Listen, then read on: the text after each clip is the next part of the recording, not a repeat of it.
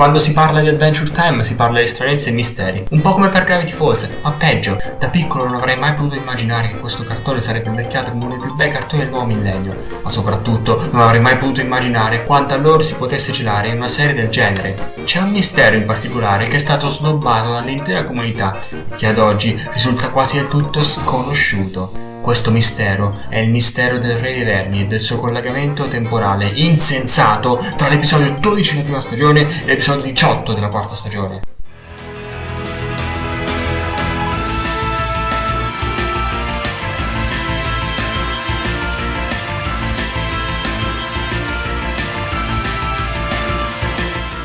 Se non avete visto almeno le prime 4 stagioni di Adventure Time, non guardate questo video, riceverete troppi spoiler e non capirete niente del mistero in questione. Dato lo strano salto temporale di ben 3 stagioni e di un po' di anni di lavorazione in studio, questo collegamento spezzato può essere spiegato solo con 2 teorie. Per chi conosce bene la serie Adventure Time, sa benissimo che un sacco di episodi hanno finali spezzati. Questi finali si collegano a episodi successivi, dove il dramma viene risolto.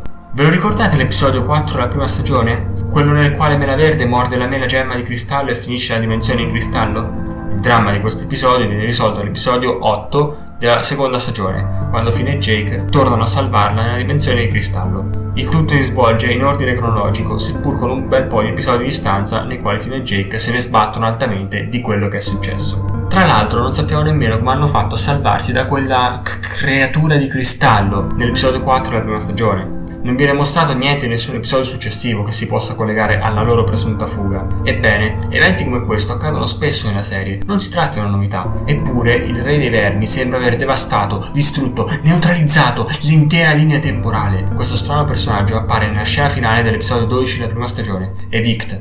L'episodio inizia in maniera completamente normale e ci viene introdotto un nuovo personaggio che avrà una forte importanza nelle stagioni future. Sto parlando di Marceline, la regina dei vampiri.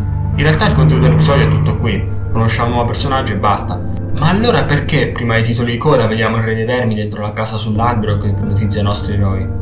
L'episodio successivo, guarda caso, inizia in maniera completamente differente dal punto in cui ci eravamo lasciati, proprio come quello di Mela Verde. E lo stesso per l'episodio successivo e per quello successivo ancora, finché non arriviamo all'episodio 18 della quarta stagione, il quale inizia all'interno di un sogno, lo stesso sogno che Finn e Jake condividono contemporaneamente, cambiando locazioni di continuo, come nei sogni intrippati di Madotsuki, da tipo Yume Nikki. Non è facile schiacciare quel verme perché scappa velocemente. Per fortuna Finn scopre che sovraccaricando il sogno si può indebolire il verme fino a farlo appassire. Il misterioso nemico viene sconfitto in questa maniera ed esce dalla casa strisciando nella stessa esatta locazione dell'episodio 12 della prima stagione.